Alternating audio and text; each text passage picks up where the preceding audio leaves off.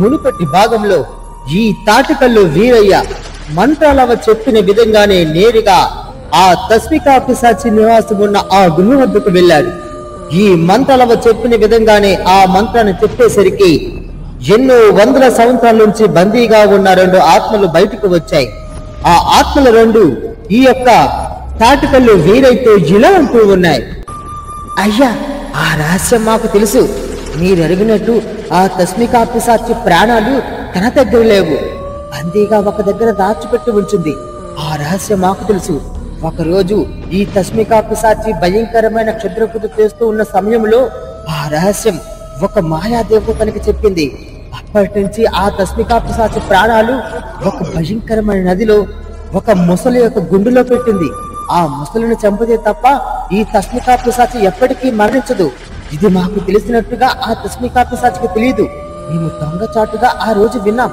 అయ్యా, ఆ తస్మికా పిశాచిని పూర్తిగా సర్వనాశనం చేస్తే తప్ప ఇక ఈ చుట్టుపక్కల గ్రామాలు ఎప్పటికీ ఆ విడుదల నుంచి బయటికి రావు. ఇది ఖచ్చితంగా మంత్రాల వల్లే సాధ్యమవుతుంది.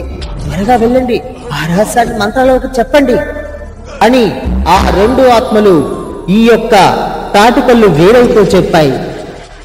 ఆ మాటలు విన్న తాటికల్లు వీరయ్య ఇలా అంటూ ఉన్నాడు. ధన్యవాదాలు ఆత్మలారా, ధన్యవాదాలు. మీరు చేసిన సహాయం వల్ల ఇప్పుడు ఊరంతని కాపాడుకోగలుగుతాం. అంతేకాదు, ఎన్నో వందల సంవత్సరాల నుంచి నరబలి చేస్తూ క్షుద్ర ప్రజలు కావిస్తూ ఉన్న ఆ తస్మికా పిశాచని నామనామాలు లేకుండా, నామరూపాలు లేకుండా పూర్తిగా సర్వనాశనం చేసే శక్తి మంత్రాలవకు ఉంది. ఇప్పుడు ఆ పని ఖచ్చితంగా మంత్రాలవ నెరవేరుస్తుంది. ఇక మీరు హాయిగా స్వేచ్ఛగా ఉండండి అని చెప్పి ఈ యొక్క తాటికల్లు వీరయ్య అక్కడి నుంచి అదృశ్యమైపోయాడు. అది చూసిన ఈ 2 ఆత్మలు ఇలా అనుకుంటూ ఉన్నాయి. అరే, ఎన్ని సంవత్సరాలకి మనం బయటకు వచ్చాం. ఇక మనం మంచి కోసమే ప్రయత్నిస్తాం. మంత్రాలవకి తోడుగా ఉందాం. మనము కూడా మంత్రాలవకి అండగా ఉండి మంత్రాలవ పనిలో సహాయపడతాం. ఇక మన తరుణం మంత్రాలవే.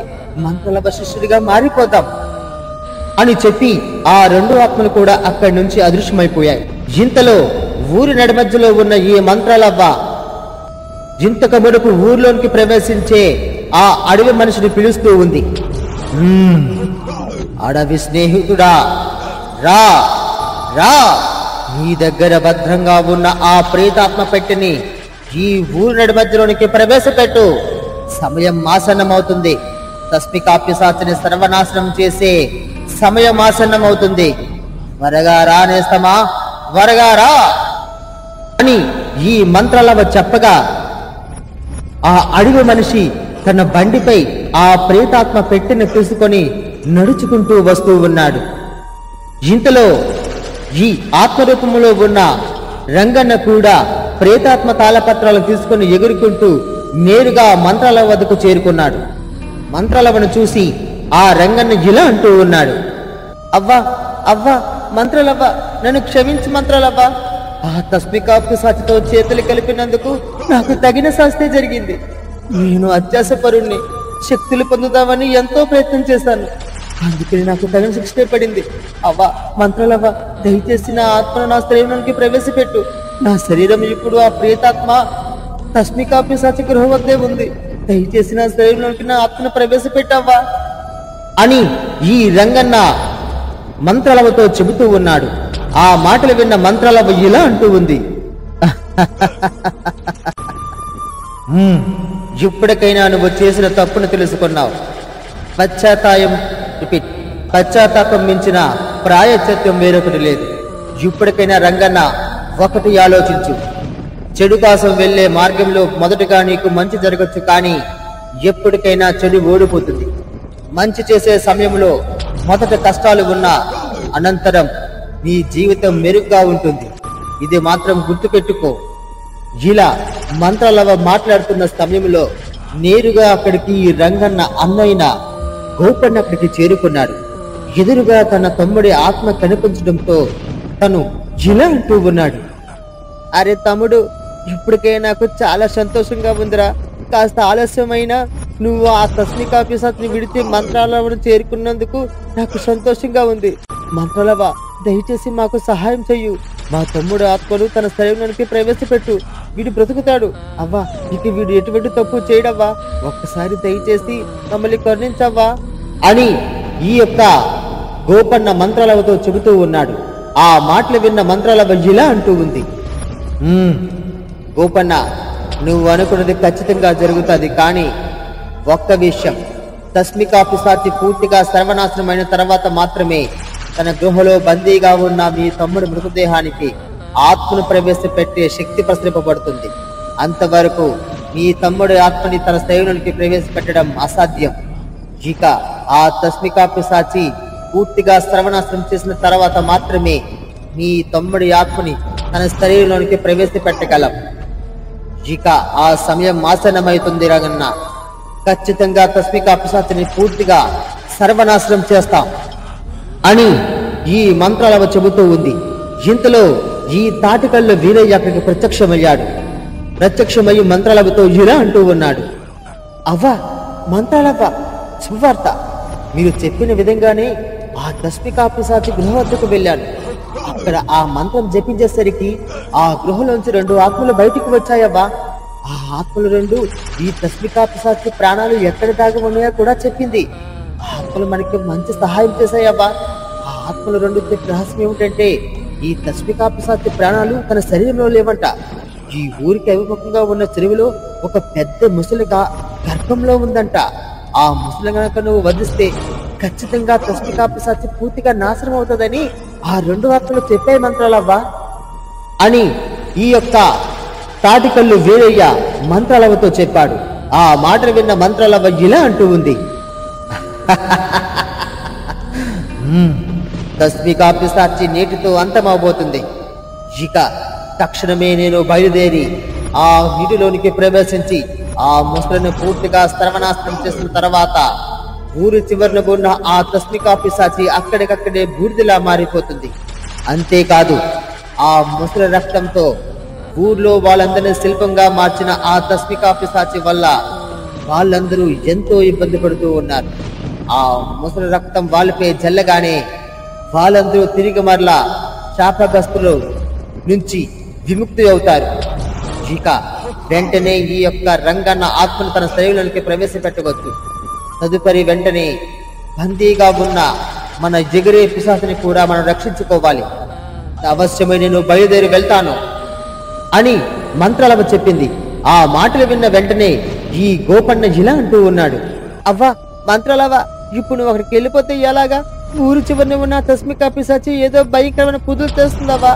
ఆ మంత్రాలుగానే అంతా పూర్తి అయితే పూర్తిగా సర్వనాశనమేనంట. నిన్ను నా చెవులారా విన్నానవ్వా అని ఆ యొక్క గోపన్న చెప్పగా ఆ మాటలు విన్న మంత్రాలవ్వ ఇలా అంటూ ఉంది, అస్సలు మీకు భయము ఉండవలసిన పని లేదు. నా రూపానికి మరొక రూపం జోడించుకొని ఇంకొక రూపాన్ని ఆ తస్మికా పిశాచి వైపుకు ప్రవేశపెట్టాను. తస్మికా పిశాచి మంత్రం జపించకుండా తనతో కొంత సమయం కాల వ్యవధి చేయించి ఇంతలో నా మరొక రూపంతో ఆ నీటిలో దాగి ఉన్న ఆ భయంకరమైన ఆ ముసలిని చంపి దానిలో దాగి ఉన్న ఈ తస్మికా పిశాచి ప్రాణాలను హరించి వెంటనే మీ ముందుకు ప్రత్యక్షమవుతాను. ఇక మీరు ఎవరు భయపడనవసరం పని లేదు. ఇక తస్మికా పిశాచి నేటితో అంతమైపోతుంది. ఓం శ్రీ మాయా సంరక్షణి, ఓం శ్రీ మాయా దర్శని అని మంత్రాలు చదవగా మంత్రాల అక్కడి నుంచి అదృశ్యమైపోయింది. ఇంతలో ఈ రంగన్న, గోపన్న, అదే విధంగా తాటికల్లో వీరయ్య నేరుగా ఊరి చివరిన ఉన్న ఆ భయంకరమైన కొండ వద్దకు వచ్చారు. వాళ్ళందరూ చాటుగా చూస్తూ ఉన్నారు. ఈ తస్మికా పిశాచి మాత్రం మంత్రాలు చదువుతూ ఈ యొక్క శిల్పాల్లా మార్చిన ఊరి ప్రజలపై రక్తాన్ని చల్లుతూ ఏవో పూజలు చేస్తూ ఉంది.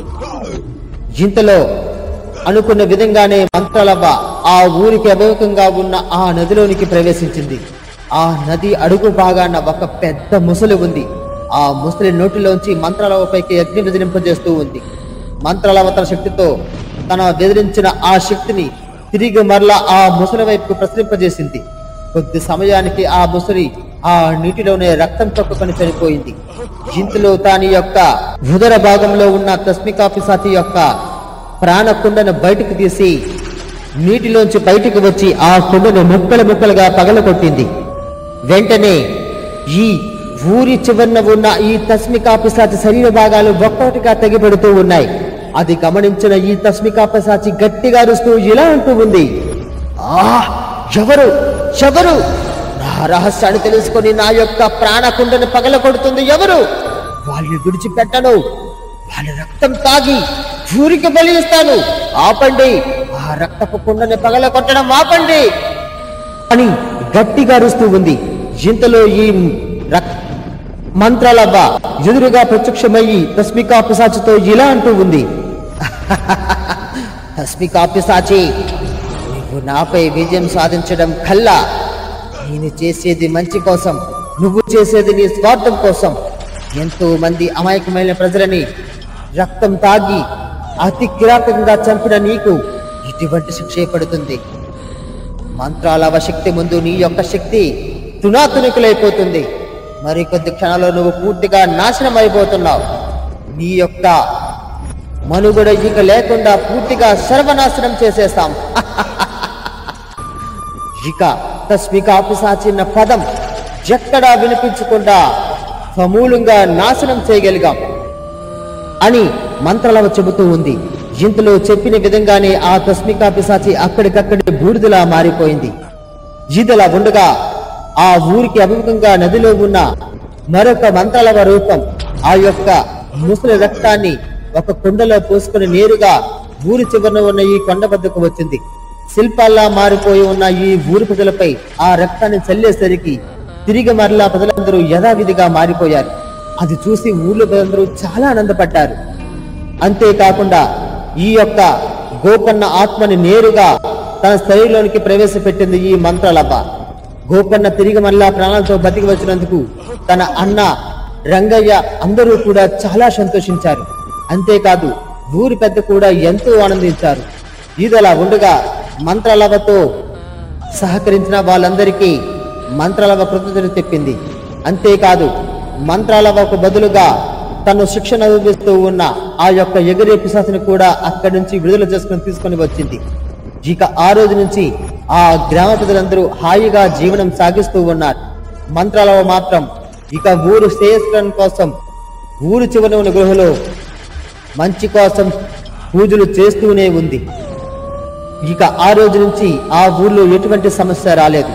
తాటికల్లు వీరయ్య కూడా నేరుగా ఇక మంత్రాలవ్వ గృహలోనే స్థిరపడిపోయాడు. ఊర్లో ప్రజలందరూ నిశ్చయంగా హాయిగా జీవనం సాగిస్తూ ఉన్నారు.